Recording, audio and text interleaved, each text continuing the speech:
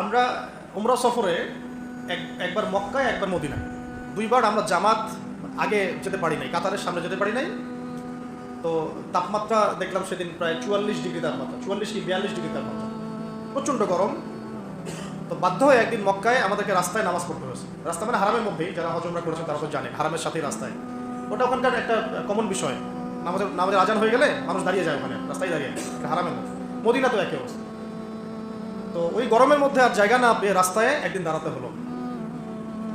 দাঁড়াতেই জায়নামাজের উপরে দাঁড়াতে আমাদের হিমশিম খেতে হচ্ছে। তার উপর রুকু করা, সিজদা করা, তাশাহুদের শেষ বৈঠক, কপাল লাগানো। তখন একজন সাহাবীর কথা মনে পড়ছিল, বেলাল রাদিয়াল্লাহু আনহু। কোন সাহাবী? বেলাল রাদিয়াল্লাহু আনহু। এটা তো কিছুই না, তাকে মরুভূমির গরম বালির মধ্যে শুয়ে উপর থেকে চাবুক মারা হয়েছে, তার উপর বুকে পাথর চাপা দেওয়া হয়েছে। তো নির্যাতনের, আমরা আসলে নির্যাতনের নও জানি না। এই যে আমাদের জেল, জুলুম, তারপরে গুম, এগুলো কিছু না। নির্যাতন যা হয়েছে সাহাবীদের উপরে এবং আমাদের নবী সাল্লাল্লাহু আলাইহি ওয়াসাল্লামের উপরে, এটা কল্পনার বাইরে। আমরা এটা কল্পনা করতে পারবো। আমরা এই যে পৃষ্ঠার মধ্যে এগুলো পড়ি, খালি পড়লে তো আর আপনি আমরা তো ফিল করতে পারবো, অনুভব করতে পারবো। যারা ওই সময় ছিলেন, দেখেছেন, তারা বুঝবেন, তাই না বিষয়টা? নবী সাল্লাল্লাহু আলাইহি ওয়াসাল্লামকে প্রায় 15 বার হত্যা করার চেষ্টা করা হয়েছে এবং তাকে মোটামুটি মানুষ প্রায় 15-16টা গালি দিয়েছে সারা জীবন। কাকে গালি দিয়েছে? এমন একজন মানুষকে যার সামনে কোনো গোনা নাই, পিছনে কোনো গোনা নাই, যিনি তার সমস্ত পরিশ্রম করছেন উম্মার জন্যে, তার নিজের স্বার্থে নয়। তিনি তো যাবেন মাকামে মাহমুদে, তিনি তো একদম জান্নাতুল ফিরদাউস, তার তো কোনো হিসাবও নাই, আছে? তাহলে তিনি কেন পরিশ্রমগুলো করলেন? কেন মার খেলেন? কেন গালি খেলেন? কাদের জন্যে? আমাদের জন্য, আপনাদের জন্য। এই তো, এই যে কিয়ামত পর্যন্ত যত মানুষ আসবে উম্মতে মুহাম্মদ, তাদের জন্য। আর আমরা কেমন নাফরমান উম্মত, তার জীবনীও পড়ি না, তার সুন্নত আমল করি না, তার সুন্নত সম্পর্কে জানিও না, তার জীবনীটা পড়ারও চেষ্টা করি।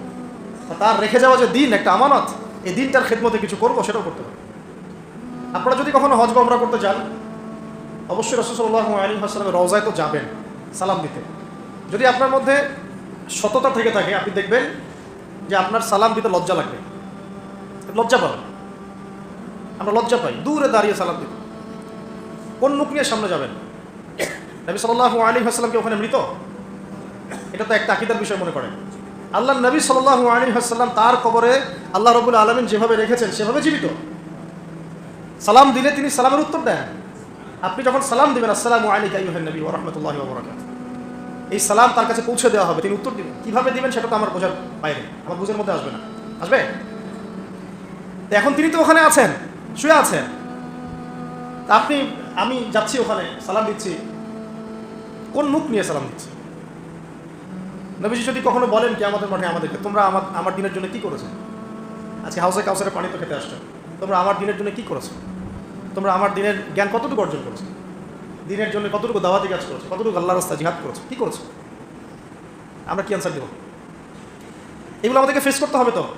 আজকে থেকে 100 বছর পরেই হোক আর 1000 বছর পরেই হোক, ফেস করতে হবে কিনা?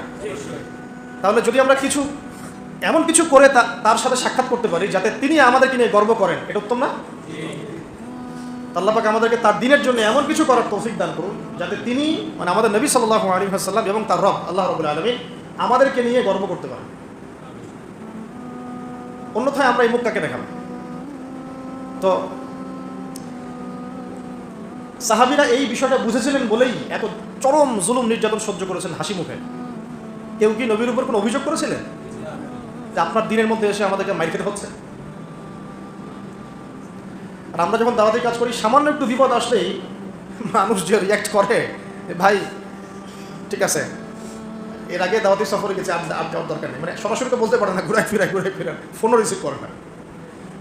হ্যাঁ, কেউ যদি আল্লাহ রাস্তায় দাওয়াতের কাজ, দিন প্রতিষ্ঠার কাজ করতে যায়, তার উপর বিপদ আপদ আসে, বিপদ আপদ আসার আগ পর্যন্ত পিছনে থাকে, বিপদ আপদ আসলে আর পিছনে কাউকে পাওয়া যায়। এমন অনেক ওলামায়ে কেরাম বলেছেন যে আমরা জেলখানায় ছিলাম, আমাদেরকে দেখতে পানি পর্যন্ত দিতে যায় না, অথচ যখন আমরা বয়ান করতাম আমাদের বয়ানের সাথে সাথে বলতো ঠিক। বুঝতে পারছেন বাংলাদেশের অবস্থা? এই জন্যই বললাম যে এই জিনিসগুলো যদি সংশোধিত না হয়, বৃহৎ পরিসরে দিনের বিজয়টা সম্ভব না। কি স্বার্থে সাহাবীরা এই ত্যাগটা স্বীকার করেছেন? জান্নাতের স্বার্থে। আমরা নবী সাল্লাল্লাহু আলাইহি ওয়াসাল্লামের সাথে আছি কেন? আল্লাহর জন্য তাকে মহব্বত করি, আল্লাহর জন্য তার সাথে আছে। এবং অবর্ণনীয় নির্যাতন, মানে নির্যাতনের কথাগুলো বললে এখানেই আর কি অনেক সময় চলে যাবে। কোনো সাহাবীর চামড়া পুড়িয়ে দেওয়া হয়েছে, কোনো সাহাবীর জ্বলন্ত আগুনের মধ্যে শুইয়ে দেওয়া হয়েছে, কোনো সাহাবীকে পৈতৃক সম্পত্তি থেকে বঞ্চিত করা হয়েছে, কোনো সাহাবীকে ঘরের মধ্যে বন্দী করে রাখা হয়েছে, কোনো সাহাবীকে শুলদণ্ড দিয়ে হত্যা করা হয়েছে। একজন মহিলা সাহাবীকে, মহিলাদের যে লজ্জাস্থান, এখানে বর্ষা ছিলেন, বর্ষা চোখা বর্ষা, এই বর্ষা নিক্ষেপ করে হত্যা করা হয়েছে। সে সাহাবীর নাম সুমাইয়া রাদিয়াল্লাহু আনহা। সুমাইয়া রাদিয়াল্লাহু আনহা। তাদের স্যাক্রিফাইসের সামনে আমাদের স্যাক্রিফাইসের কোনো দাম আছে? এই নির্যাতন চলতে থাকলো প্রায় ধরেন 6 থেকে 7 বছর। কত বছর? অমানবিক নির্যাতন। এর মধ্যে আরো 3 বছর তাদেরকে সমাজ থেকে বয়কট করে দেওয়া হয়। সমাজের কেউ তাদের সাথে মিশবে না, কথা বলবে না, ব্যবসা করবে না, বিয়ে শাদী করবে না, কিছু করবে না। মনে করেন আপনাদের এই কয়জন মানুষকে যদি সমাজ থেকে বয়কট করে দেওয়া হয়, বাড়িঘর থেকে সব উচ্ছেদ করে দেওয়া হয়েছে, তাহলে এখন কি করবেন? কিভাবে চলবেন? খাবেন কি? কোথায় থাকবেন? 3 দিনে আমরা অস্থির হয়ে যাবো। 3 দিনে হবে না? 3 দিন কেন, 3 ঘন্টায় অস্থির হয়ে যাবো। আর তাদেরকে এইভাবে বয়কট করে রাখা হয়েছে 3 বছর। কত বছর? এই 3 বছর তারা ছিলেন শিয়ারে আবু তালেব চাচা আবু তালেবের পাহাড় ছিল, ওই পাহাড়ের পাদদেশে তারা থাকতেন। এত ফ্লেক্সিবল ছিল না লাইফটা, তাঁবুর নিচে থাকতেন। ওই সময় তারা ব্যক্তিত্বের পরিচয় দিয়েছেন। কেউ খাবার দিয়ে যেত, উট চালিয়ে দিত যে উটটা খাবার নিয়ে যাক। হামজা রাদিয়াল্লাহু আনহু বলতেন, এরকম অনুদানের খাবারের আমাদের দরকার নেই, খাবার খাই না, আল্লাহ যখন আমাদের ব্যবস্থা করবেন তখন আমরা। এই সময় কোনো কোনো ক্ষেত্রে এমন হয়েছে যে তারা গাছের ছাল পাতাও খেয়েছে। গাছের ছাল আছে না, ছাল পাতাও খেয়েছে। ওই সময় অনেক সাহাবী গর্ভবতী ছিলেন, সন্তান প্রসব হয়েছে, বাচ্চাকে দুধ দিতে পারছিলেন না। আপনারা কি অনুভব করতে পারছেন সিচুয়েশনটা কেমন ছিল? আমিও আসলে ব্যাখ্যা করতে পারছি না। তো এই অবস্থা ছিল 3 বছর। এরপরে আল্লাহ রাব্বুল আলামিনের পক্ষ থেকে সাহায্য আসলো, এই বয়কটটা উঠে যায় অলৌকিকভাবে। তাদের চুক্তিনামাটা আল্লাহ পাক পোকা দিয়ে খাইয়ে দিয়েছেন। কাবার মধ্যে লটকানো ছিল এটা। এই পুরো বিষয়গুলোর পিছনে কারা ছিল? আবু জাহেল, আবু লাহাব, উতবা, শাইবা, রাবিয়া, আশনাক বিন শারিক, এরকম কিছু নেতা। তো এই নেতারা কি নবীকে দেখে নাই? নবীর কোরআন তেলাওয়াত শোনে নাই? সাহাবীদেরকে দেখে নাই? নবী সাল্লাল্লাহু আলাইহি ওয়াসাল্লাম কি তাদেরকে দাওয়াত দেন নাই? তাদের কি দুনিয়াবী সম্পত্তির অভাব ছিল? তাদের কি রাজনৈতিক ক্ষমতার অভাব ছিল? নবীজি উল্টা বলেছিলেন, আপনারা যদি ইসলাম কবুল করেন, শুধু আরব না, পুরো বিশ্বের শাসন করতে হবে, শাসন থাকতে হবে। পরবর্তীতে ইসলাম সারা বিশ্বে ছড়িয়ে পড়েছিল না?